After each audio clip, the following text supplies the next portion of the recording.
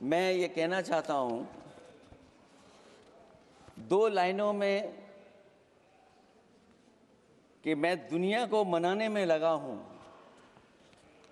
अध्यक्ष महोदय, मैं भारतीय जनता पार्टी के लिए बता रहा हूँ ये लाइनें, कि मैं दुनिया को मनाने में लगा हूँ, मेरा घर मुझसे रूठा जा रहा है। मैं दुनिया को बनाने में लगा हूँ, मेरा घर मुझसे रूठा जा रहा है। अध्यक्ष महोदय, बात शुरू करने से पहले मैं सबसे पहले भारत की सेना, उसका आभार, उसका धन्यवाद देना चाहता हूँ। दुनिया में साहसी फौजों में गिनती अगर होती है तो हमारी भारत की सेना सबसे आगे दिखाई देगी। उनके पराक्रम पर, उनकी वीरता पर, उनके अदम्य शौर्य पर हमें सबको गर्व है। कोई ऐसा भारतीय नहीं होगा जिसको गर्व न हो। हमें अपनी फौज पर गर्व है और हमें इस बात के लिए भी गर्व है कि जब सेना ने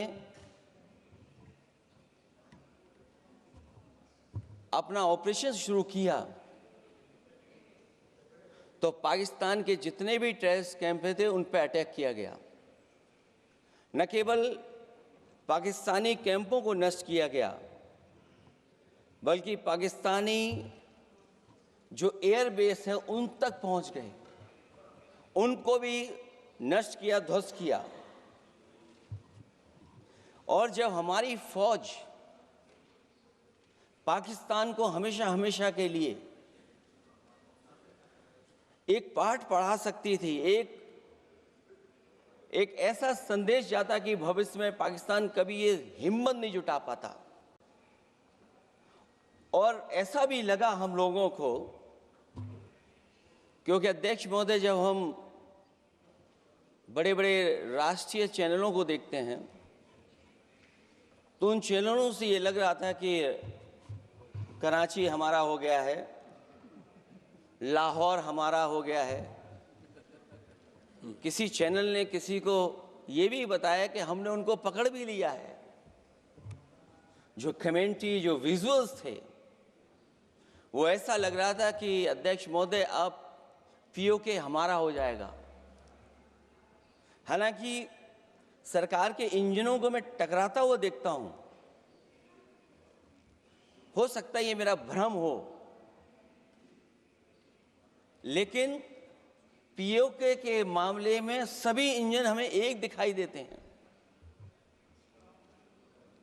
और जहां पीओके पे पहुंचने तक की बात थी, कुछ लोग तो पीओके पर ये कह रहे थे कि हमारा कब्जा हो जाएगा, 6 महीने का केवल हमें मौका मिल जाए।